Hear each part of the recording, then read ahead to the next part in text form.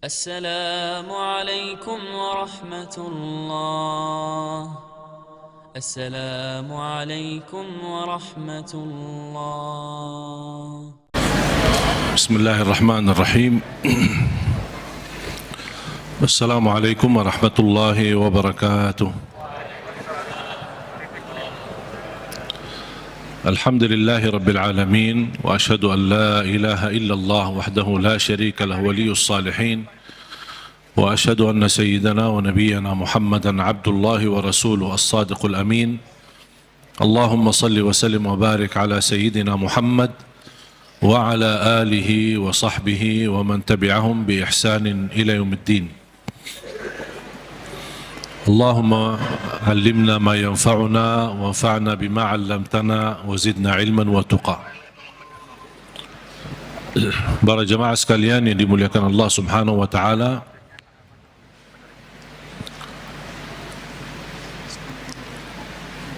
begitu luar biasa kemuliaan Al-Quran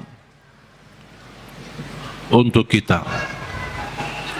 Kita terpilih menjadi umat Nabi Muhammad sallallahu alaihi wasallam, menjadi ummatul Quran. Quran yang abadi, Quran yang suci, dijamin tidak ada celah di dalamnya, tidak ada kesalahan, tidak ada kebatilan. Bahkan dalam lindungan Allah Subhanahu wa taala, dari bentuk makna, arti, isinya, tulisannya, halam-halamannya, dan semua dilindungi oleh Allah Subhanahu wa taala. Sebagaimana janji Allah, "Inna nahnu nazzalna adh-dhikra wa inna lahu lahafidhun." Kami telah menurunkan Al-Quran dan kamilah yang menjaganya. Termasuk terjaga ahlul Quran. Bukan hanya Al-Quran sendiri yang terjaga, tetapi ahlul Quran pun dijaga oleh Allah Subhanahu wa taala. Bahkan salah satu lindungan Allah Subhanahu wa taala kepada kita melalui Al-Quran, akan dilindungi oleh Allah ahlul Quran dari siksa neraka Jahannam.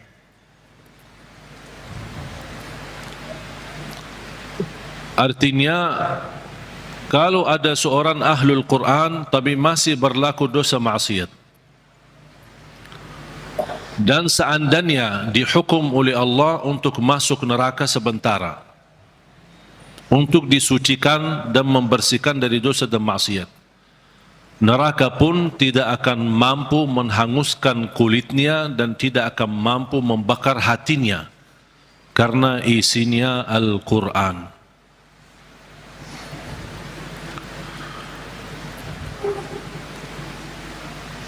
Banyak kelebihan Al-Quran untuk kita. Surah yang paling agung di dalam Al-Quran suratul Fatihah. Ayat yang paling agung di dalam Al-Quran ayat Al-Kursi. Suratul Fatihah, kalau boleh saya artikan dialog sama Allah, berdialog dengan Allah. Setiap satu ayat kita baca, Allah jawab kita. Makanya disunnahkan kalau kita baca suratul Fatihah, jangan disambungkan ayatnya. Setiap ayat berhenti. Sebagaimana dijelaskan oleh Siti Aisyah radhiyallahu anha, karena Rasulullah SAW idza qara'a al-Fatihah kana yufassiruha tafsira. Ketika Rasulullah SAW membaca suratul Fatihah, seperti dia mentafsirkan suratul Fatihah. Saking pelan-pelan dan bertahap-tahap membaca ayat-ayatnya suratul Fatihah. Menunjukkan beradab sama Allah Subhanahu wa taala. Kehormatan, karena dia sedang berdialog dengan Allah melalui bacaan suratul Fatihah. Sebagaimana Rasulullah SAW bersabda di hadis yang diriwayatkan Imam Tirmizi, hadis itu hadis qudsi, qasamtu salata baini wa baina abdi nisfain. Aku telah membagikan salat antaraku dan hambaku, kata Allah. menjadi dua bagian. Dan yang dimaksud kata as-salah di hadis ini adalah suratul Fatihah. Ternyata suratul Fatihah memiliki banyak nama. Disebutkan nama di antara lain Al-Fatihah, Ummul Kitab, Ummul Quran, As-Salah, Asy-Syafiyah, Ar-Raqiyah, Al-Waqiyah, menyembuh segala penyakit, melindungi dari segala bahaya, gangguan, godaan, bahkan bisa menjadi ruqyah. Orang yang tidak fahami ruqyah dan sulit mencari orang yang meruqyahi, lebih baik kita ruqyah diri sendiri. Sering orang bertanya, saya tidak faham ayat-ayat ruqyah, cukup dengan suratul Fatihah. Suratul Fatihah sudah mewakili semua ayat-ayat untuk meruqyah diri sendiri. Menjadi rutin dibaca. Boleh jadi wirid. Setiap hari kita baca Al-Fatihah 10 kali, 20 kali, 100 kali, semampu kita. Jadi wirid. Keberkahannya luar biasa. Boleh menjadi doa dalam air minum kita. Setiap mau minum air dalam botol atau gelas, kita baca Al-Fatihah, tiup di dalam air, kemudian minum. Itu menjadi obat. Biasakan anak-anak kita minum air yang sudah dibacakan dalamnya suratul Fatihah. Jangan menunggu kiai, ustaz, habib datang untuk membacakan Al-Fatihah dalam air. Kita sendiri belajar. Baca 3 kali boleh, 1 kali boleh, 7 kali boleh, habis itu tiup dalam air, boleh 3 kali, kemudian silahkan minum, kasih kepada anak-anak kita.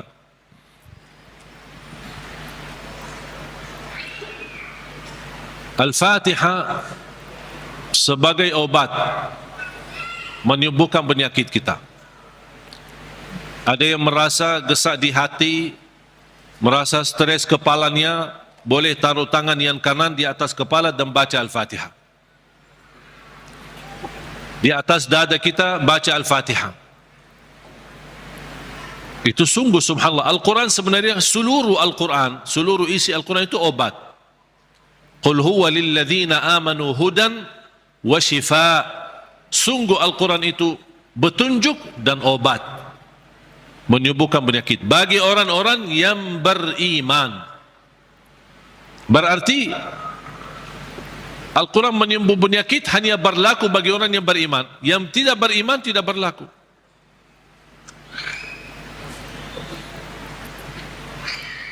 Dan banyak hadis yang menunjukkan Al-Fatihah itu sebagai ruqyah. Sebagaimana hadis Abu Musa Al-Ash'ari radhiyallahu an ketika menobati seorang kepala kampung yang sambat sakit, kemudian dibacakan Al-Fatihah, kemudian faka'annama nashita min iqal, sampai dia sembuh seperti tidak pernah sakit sebelumnya. Dan mereka mencerita ketika mereka pulang ke Madinah bertemu Rasulullah SAW, mereka mencerita apa yang terjadi bersama orang kampung. Di antaranya kepala kampung yang sedang sakit, dibacakan Al-Fatihah, dia sembuh. Rasulullah SAW bersabda, wa ma yudrika annaha ruqyah. Dari mana wahai Abu Musa kamu tahu itu ruqyah? Itu menunjukkan Rasul setuju dengan perilaku Abu Musa Al-Ash'ari. Kembali kepada hadis yang diriwayatkan Imam Tirmizi, hadis yang qudsi, qasamtu as-salata baini wa baina 'abdi nisfain. Aku telah membagikan salat antaraku dan hambaku. Ini Allah yang sedang bicara di hadis qudsi itu. Berarti salah satu nama suratul Fatihah as-salah namanya. Kenapa dinamakan as-salah? Karena tidak sah salat kita tanpa suratul Fatihah. Qasamtu as-salata baini wa baina 'abdi nisfain. Aku telah membagikan salat itu antaraku dan hambaku dua bagian. فإذا قرأ عبدي الحمد لله رب العالمين قال الله حمدني عبدي. Ketika hamba berkata alhamdulillahi rabbil alamin, qala Allah, Allah jawab. Cuba bayangkan jemaah sekalian, setiap satu ayat dari suratul Fatihah kita baca, Allah jawab kita. Makanya layaknya adab yang sempurna, jangan sambungkan suratul Fatihah. Allah jawab, kita hayati jawaban Allah subhanahu wa ta'ala. Alhamdulillahi rabbil alamin, Allah menjawab, hambaku telah memujiku. Alhamdulillahi rabbil alamin. Qala Allah hamadani abdi, hambaku telah memujiku. Ar-Rahmanir Rahim, qala Allah majjadani abdi, hambaku telah mengagungkanku. Malik yaumiddin, qala Allah athna alayya abdi, hambaku telah memuliakanku. Allah jawab setiap ayat. Iyyaka na'budu wa iyyaka nasta'in, Allah jawab, ini antaraku dan hambaku. Na'budu itu Allah, nasta'in kami memohon pertolongan kepada Allah. Berarti ada dua bagian. Ini antaraku dan hambaku kata Allah. Ini ada bagian untukku, ada bagian untuk hambaku. Iyyaka na'budu wa iyyaka nasta'in. Dan terpilih kata nasta'in memang sangat pas. Kenapa tidak terpilih iyyaka na'budu wa iyyaka natawakkal? Iyyaka na'budu wa iyyaka nasbir. Iyyaka na'budu wa iyyaka nu'min. Kenapa terpilih kata nasta'in? Karena kita tidak mampu menyempurnakan ibadah sebagai hak Allah tanpa pertolongan dari Allah. Berarti cocok kata nasta'in. Imam Ibnul Qayyim membuat satu buku gara-gara kalimat ini, Iyyaka na'budu wa iyyaka nasta'in. Bukunya 2 jilid, lebih dari 400 halaman. Hanya membahas Iyyaka na'budu wa iyyaka nasta'in. Madarijus salikin fi manazili iyyaka na'budu wa iyyaka nasta'in. Sudah ada dalam bahasa Indonesia. Atau silahkan, kalau keberatan membeli bukunya mungkin mahal, bisa anda download di Google, Syekh Google.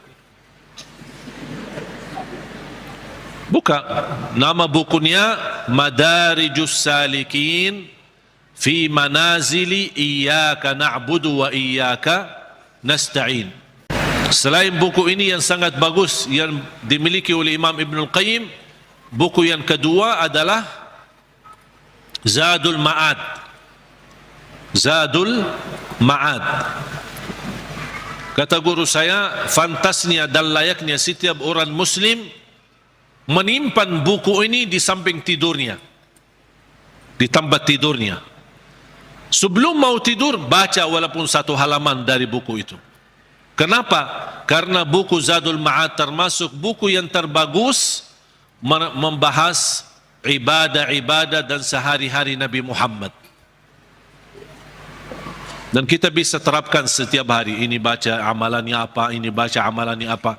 Gimana tidurnya Rasul, gimana ibadahnya Rasul, gimana zikirnya Rasul, gimana makanannya Rasul, gimana perginya dan jalannya Rasul. Itu semua dibahas dalam buku itu. Zadul Ma'ad.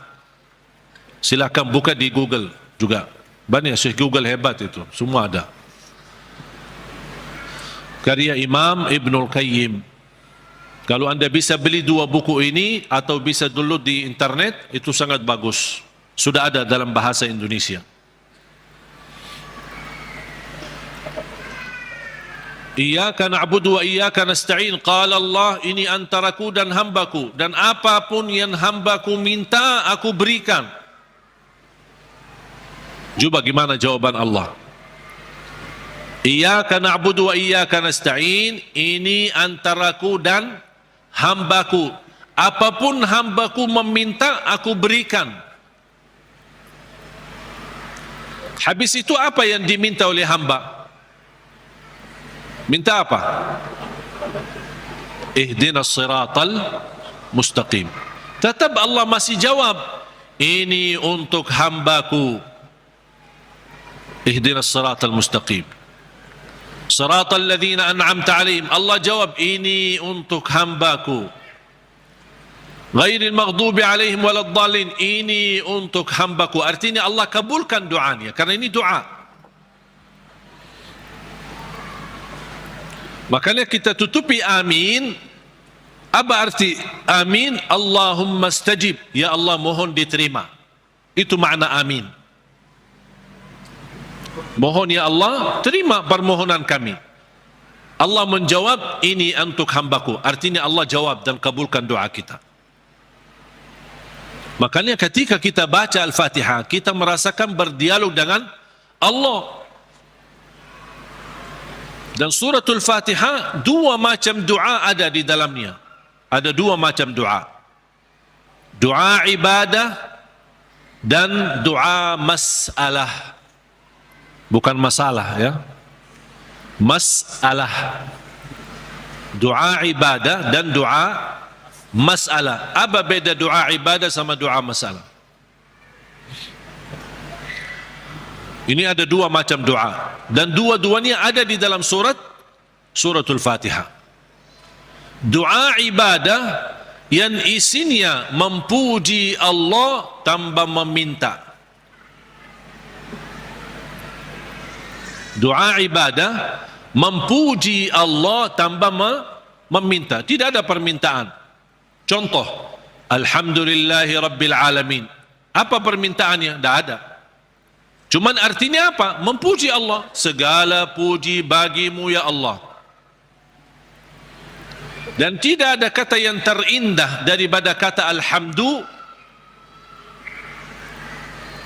Karena Alhamdu sudah mewakili semua segala pujian.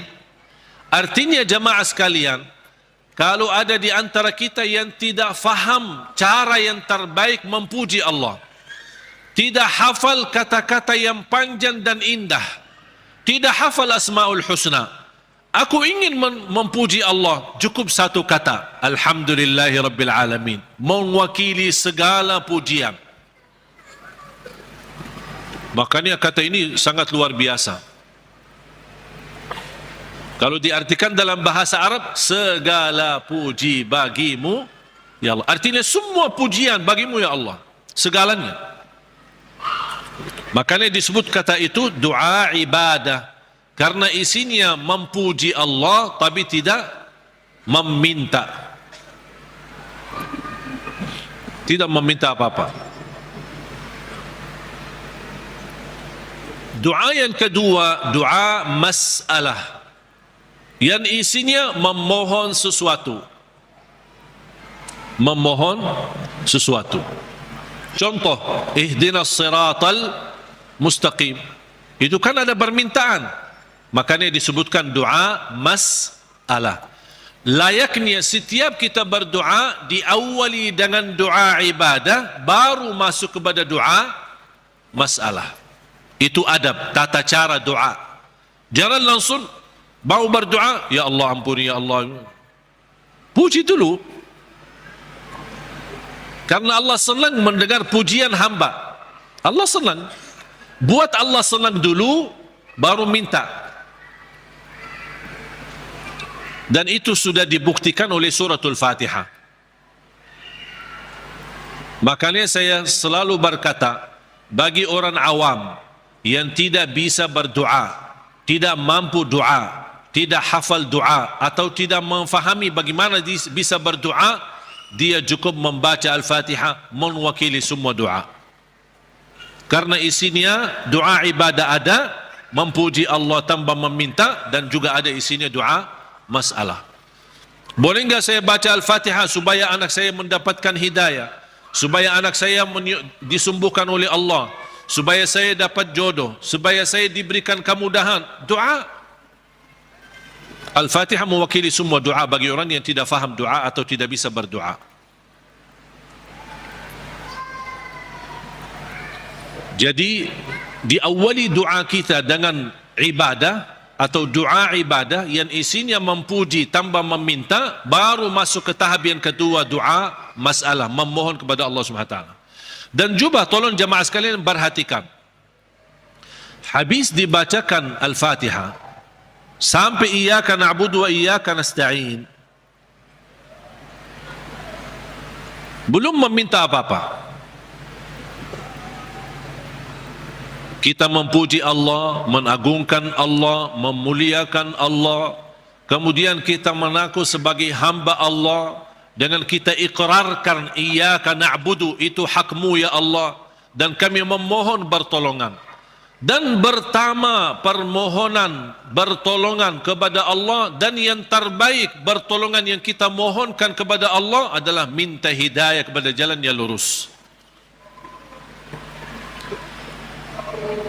Jemaah sekalian, ayat Al-Fatihah disusun itu betul-betul rapi, tidak sembarangan kata-kata yang terpilih, termasuk meminta hidayah. Kalau kita dapat hidayah, segala urusan kita beres.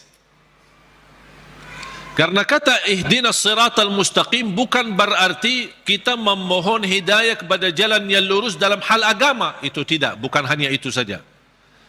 Tapi ihdinas siratal mustaqim dalam mengurusi rumah tangga, ihdinas siratal mustaqim dalam mendidik anak, ihdinas siratal mustaqim dalam mencari nafkah dan rezeki, ihdinas siratal mustaqim dalam kehidupan kami sehari-hari, ihdinas siratal mustaqim dalam beribadah, ihdinas siratal mustaqim dalam ikhlas, ihdinas siratal mustaqim dalam sabar, ihdinas siratal mustaqim dalam syukur. Semua hal-hal yang kita butuhkan, dunia maupun akhirat, ibadah maupun tidak ibadah, beramal apapun, kita memohon petunjuk hidayah kepada jalan yang lurus. Artinya kita memohon melalui ayat ini, kita berharap segala aktivitas kita bisa mendapatkan yang terbaik di jalan Allah. Ihdinas siratal mustaqim, berilah Allah petunjuk kepada jalan yang lurus, yang terbaik. Yang terbaik ikhlas, yang terbaik rumah tangga, yang terbaik mendidik anak, yang terbaik dalam menjaga diri, yang terbaik melindungi diri, yang terbaik mencari nafkah dan rezeki, yang terbaik mencari kerjaan yang baik, yang terbaik dalam beribadah, yang terbaik dalam tahajud, yang terbaik dalam majlis ilmu, yang terbaik dalam menghafal Al-Quran. Semua kita berharap melalui ihdinas siratal mustaqim sudah termasuk segala yang kita inginkan, dan kita hanya meminta bukan sesuatu yang baik tapi yang terbaik. Ihdinas siratal mustaqim.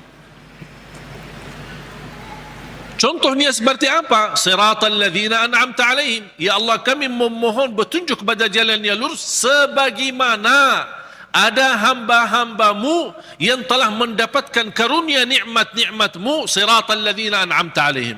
Ya Allah, kami ingin dapat seperti mereka.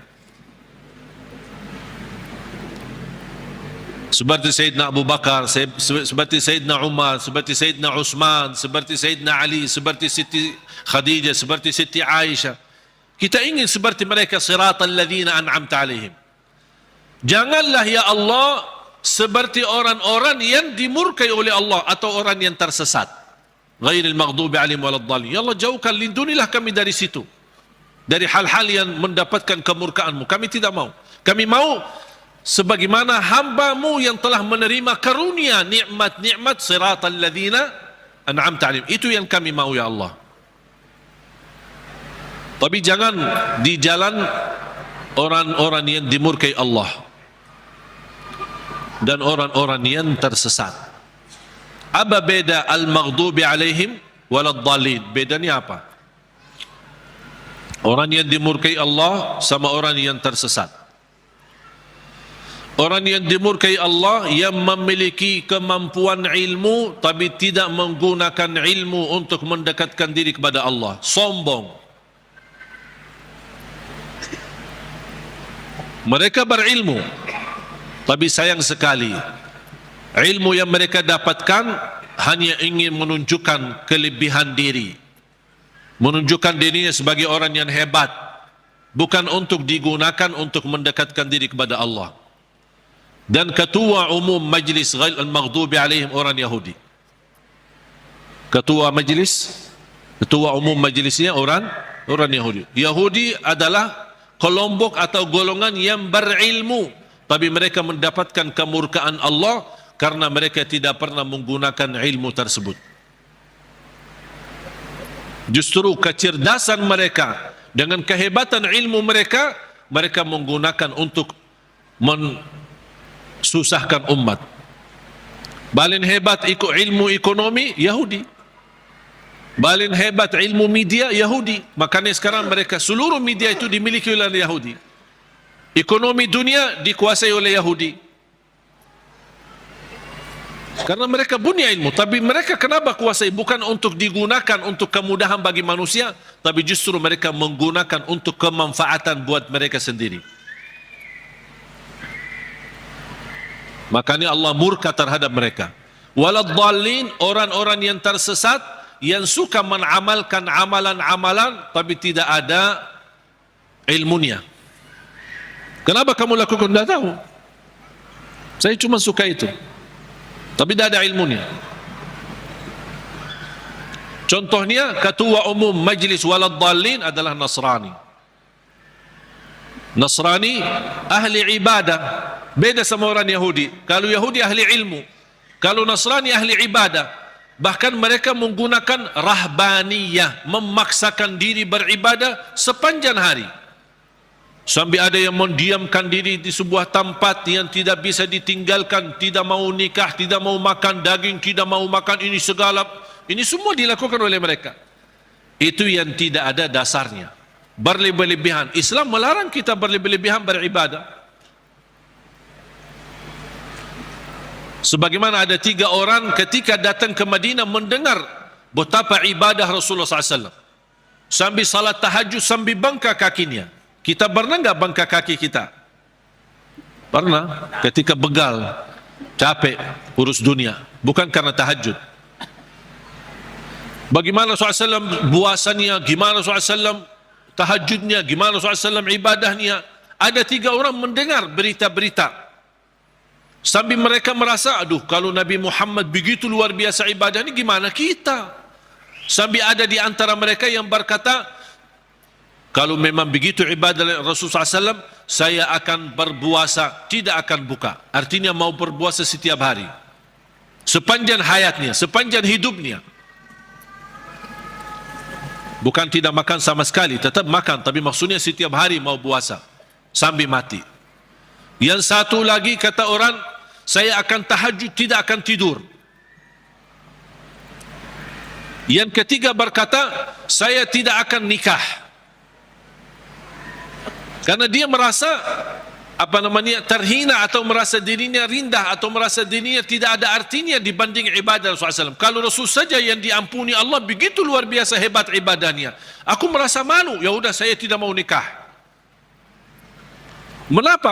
Agar saya kosongkan waktu saya untuk beribadah, mendekatkan diri kepada Allah. Ada di antara mereka yang di riwayat lain disebutkan, saya tidak mau makan daging. Berita ini, bercakapan mereka ini, berbicaraan mereka ini sampai ke telinga Rasul. Rasul naik mimbar. Ma balu aqwamin, mengapa ada kaum atau berkataan seperti ini? Inni la atqakum lillah wa akhsyakum lah. Aku yang paling takwa kepada Allah dan paling takut kepada Allah. Aku tahajud dan tidur, aku puasa dan buka puasa, aku makan daging atau juga nikah. Rasul menceritakan, ini semua tidak akan menghalangi kita kalau kita mau bersungguh-sungguh beribadah. Itu yang disebutkan kata rahbaniyah yang sering dilakukan oleh Nasrani. Makanya kita memohon petunjuk pada jalan yang lurus, tapi jangan sampai kepada jalan yang dimurkai Allah atau jalan yang tersesat. Kami tidak mau punya ilmu tapi tidak pernah gunakan ilmu untuk mendekatkan diri kepada Allah. Saya tidak mau juga beramal tanpa ilmu, karena saya khawatir nanti jadi orang yang tersesat. Amin. Allahumma terima. Ya Allah, mohon diterima.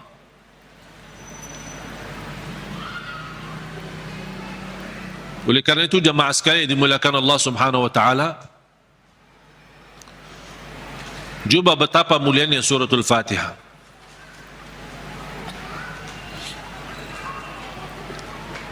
Saya hanya menyampaikan sejarah singkat. Saya belum membahas sejarah detail. Mulai dari Bismillahirrahmanirrahim, mulai dari Alhamdu, bagaimana, kenapa ada al, dan apa arti daripada al, kenapa terpilih Alhamdulillahi Rabbil Alamin menjadi ayat yang pertama, Ada juga berbeda pendapat Bismillahirrahmanirrahim adalah ayat yang pertama. Makanya kalau sebagian ulama menganggap Bismillahirrahmanirrahim ayat yang pertama, makanya dijahar dalam salatnya. Makanya kita perhatikan rata-rata Al-Quran itu selalu Bismillahirrahmanirrahim. Al-Fatihah ada ayat nomor 1. Dibandingkan Bismillah di surah yang lain tidak ada angka. Betul? Karena itu berbeda pendapat antara ulama. Apakah Bismillah itu salah satu ayat dari suratul Fatihah atau tidak? Walaupun sebagian besar memilih Bismillah salah satu dari surat Al-Fatihah, sebagian besar. Sebab ayat suratul Fatihah ini Bismillah, apakah ayat pertama atau tidak, muncullah persoalan yang kedua, apakah boleh jahar atau tidak.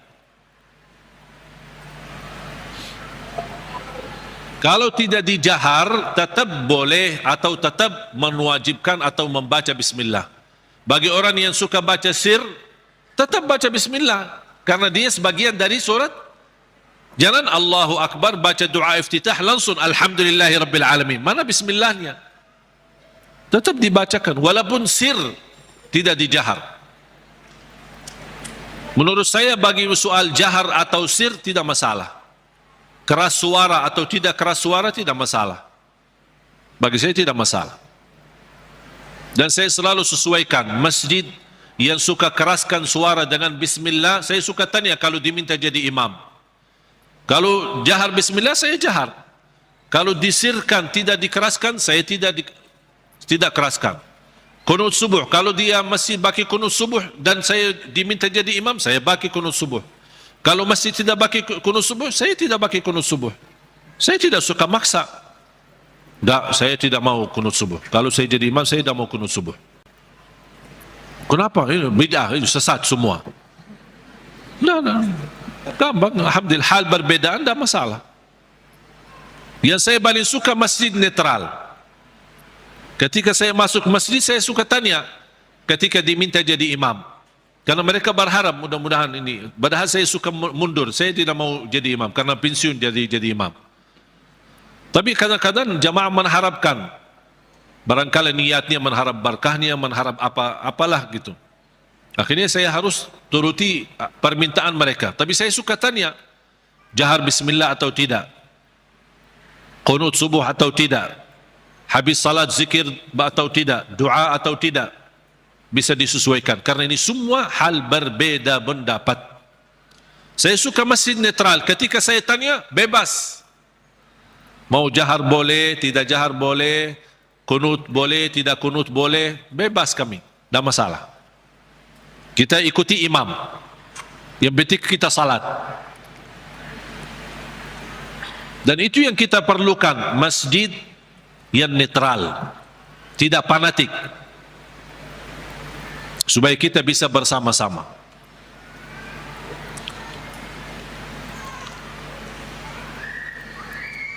Bismillahirrahmanirrahim. Kalau kita hitungkan Al-Fatihah berapa ayat? Berapa? 7. Itu sudah disepakati. Itu sudah disepakati. 7 ayat. Sekarang gimana kita bisa jelaskan? Kalau Bismillah sebagian dari suratul Fatihah, gimana kalau kita hitungkan ayatnya? Ayo kita mari sama-sama hitung. Bismillahirrahmanirrahim 1. Alhamdulillahi Rabbil Alamin 2. Ar-Rahmanir-Rahim 3. Maliki Yawmiddin 4. Iyyaka na'budu wa iyyaka nasta'in 5. Ihdinas siratal mustaqim 6. Berarti tinggal berapa? 1 ayat. Siratal ladzina an'amta 'alaihim ghairil maghdubi 'alaihim waladdallin 1. Berarti jadi berapa? 7. Bagi ulama yang pendapat Bismillah tidak sebagian dari suratul Fatihah, tidak dihitung sebagian dari ayat suratul Fatihah, berarti ayo coba kita hitung. Kalau dikeluarkan bismillah, mari kita hitung ayat pertama apa? Alhamdulillahi Rabbil Alamin, 1. Terus Ar-Rahman Ar-Rahim, 2. Terus 3, 4, 5.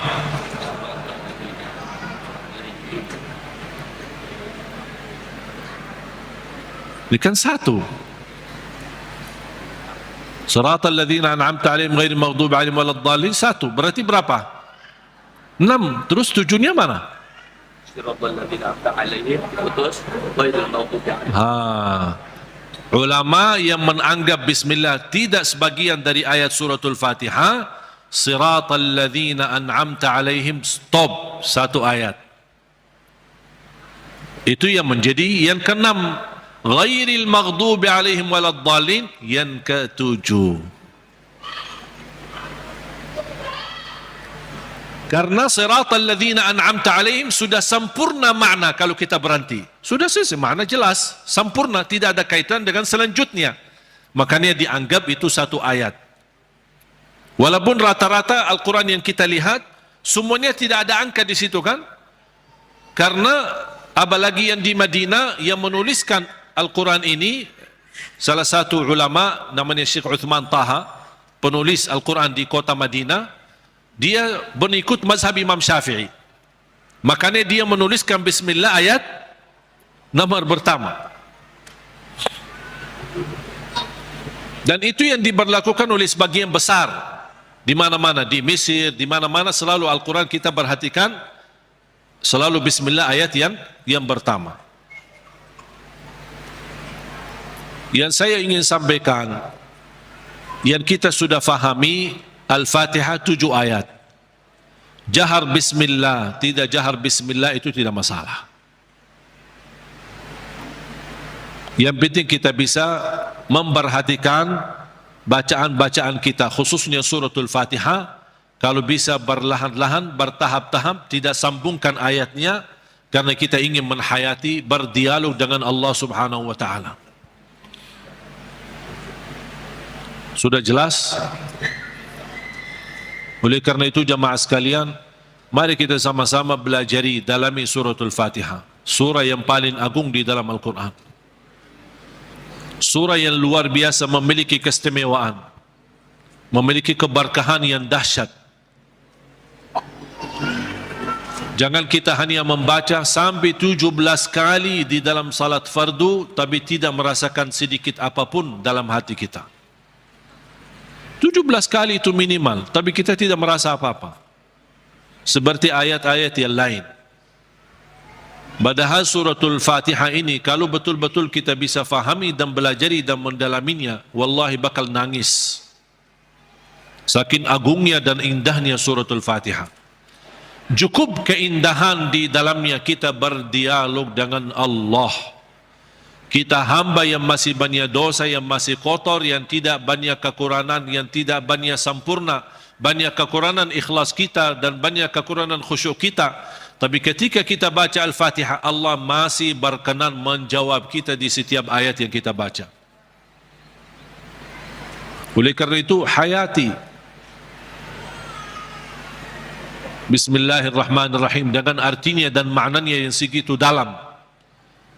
Alhamdulillahi Rabbil Alamin, segala puji bagimu ya Allah. Dan Allah menjawab kita, hambaku telah mempujiku. Makanya saya senang ketika baca Al-Fatihah, apalagi kalau lagi sendirian, lebih menikmati. Ketika jadi imam memang terbatasi. Kalau kita ingin berlama-lama baca Al-Fatihah ketika jadi imam, orang takut nanti di belakang fikir kita lupa ayatnya. Alhamdulillahi Rabbil Alamin, Ar-Rahman Ar-Rahim. Kita kan lagi hayati, jadi bingung kan. Diam sebentar aja langsung dijawab. Saya ingin menhayati, memberi kesempatan Allah menjawab saya agar saya bisa merasakan jawaban Allah. Ar-Rahmanir Rahim. مالك يوم الدين إياك نعبد وإياك نستعين اهدنا الصراط المستقيم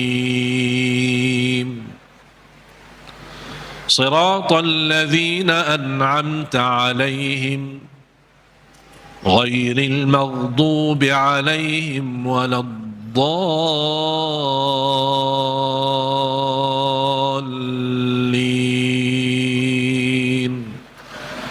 آمين. Amin sama seperti baca Yasin.